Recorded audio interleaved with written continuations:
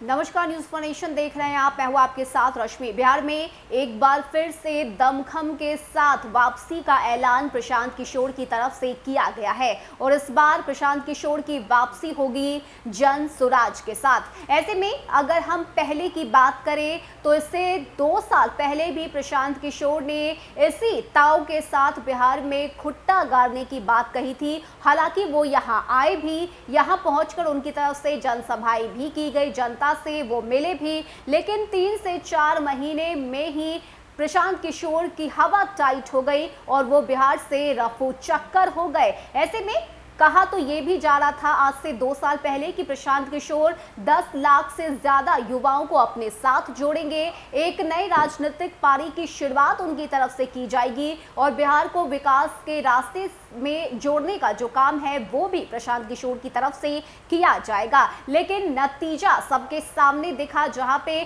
कुछ ही महीनों के भीतर प्रशांत किशोर को समझ में ही नहीं आ रहा था कि आखिर आगे क्या कुछ किया जाए और यही वजह है कि अपना बुढ़िया बिस्तर समेट कर प्रशांत किशोर बिहार से वापस चले गए। लेकिन आखिरकार 2 साल के बाद एक बार फिर से प्रशांत किशोर को बिहार की याद आई है और यही वजह है कि इस बार ट्वीट करते हुए प्रशांत किशोर ने ये कहा है कि किसी राजनीतिक नेता के साथ नहीं बल्कि अपने दम पर जन सुराज की शुरुआत उनकी तरफ से की जाएगी। पटना पहुंचने के साथ ही प्रशांत किशोर सबसे पहले गरीब जनता के बीच पहुंचेंगे, यहां जाकर असली मुद्दे को समझेंगे कि आखिर असली मुद्दा क्या है, जिसके बाद ही आगे बढ़ने की जो कोशिश है वो उनकी तरफ से की जाएगी। लेकिन इस बीच आखिर अब जनता प्रशांत किशोर पर भरोसा क्यों करे, ये सबसे बड़ा सवाल है, क्योंकि पहले भी ताल ठोककर प्रशांत किशोर बिहार आए थे। कई तरह के काम करने के जो दावे हैं वो उनकी तरफ से किए गए। बात अगर हम करें तो उस वक्त प्रशांत किशोर ने जमकर सीएम नीतीश कुमार पर हमले भी किए थे। उनका कहना था कि अगर बिहार को विकास के रास्ते से जोड़ना है तो इसके लिए हमें सबसे पहले बहानेबाजी कम करनी होगी। आपको बताएं कि उस वक्त प्रशांत किशोर ने सीएम नीतीश कुमार पर जमकर निशाना साधा था। उन्होंने कहा था कि कब तक पिछड़ेपन के लिए लालू प्रसाद यादव पर निशाना साधते रहेंगे, आखिर कब तक ये तुलना करते रहेंगे, आखिर कब बताएंगे कि 15 सालों में सरकार चलाने के दौरान क्या हुआ। मैं ये मानने को तैयार नहीं हूं कि अगर नीतीश कुमार जैसा शख्स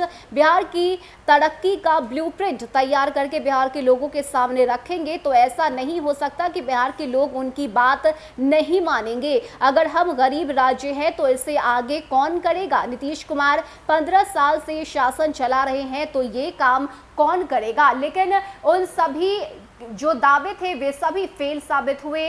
भले ही उन्होंने जमकर सीएम नीतीश कुमार को कोसा हो, पिछड़ेपन के लिए लालू प्रसाद यादव से लेकर नीतीश के शासनकाल तक की जो गिनती है वो उनकी तरफ से दोहराई गई हो, लेकिन इसके बावजूद प्रशांत किशोर की तरफ से कोई काम नहीं किया गया और अब आखिरकार 2 साल के बाद एक बार फिर से बिहार में वापसी करने की बात प्रशांत किशोर की तरफ से की गई है। हालांकि प्रशांत किशोर के वापस आने के साथ ही बिहार में राजनीतिक पार्टियों की तरफ से जो बयानबाजी है वो शुरू हो चुकी है। अलग अलग पार्टी के नेताओं का बयान भी सामने आया, जो अब से हमने आपको वो तमाम बयान भी सुनवाया कि आरजेडी, जेडीयू, बीजेपी और कांग्रेस का इस पर क्या कुछ कहना है। लेकिन बात अगर प्रशांत किशोर की करें तो इस वक्त जन सुराज के साथ बिहार में वापसी करने की बात प्रशांत किशोर ने कही है और ये भी साफ किया है कि अब अपनी मिट्टी बिहार से ही वो अपने नए राजनीतिक पारी की शुरुआत करेंगे। हालांकि आगे इसमें वो कितने सफल होते हैं या फिर पिछले बार की तरह इस बार भी प्रशांत किशोर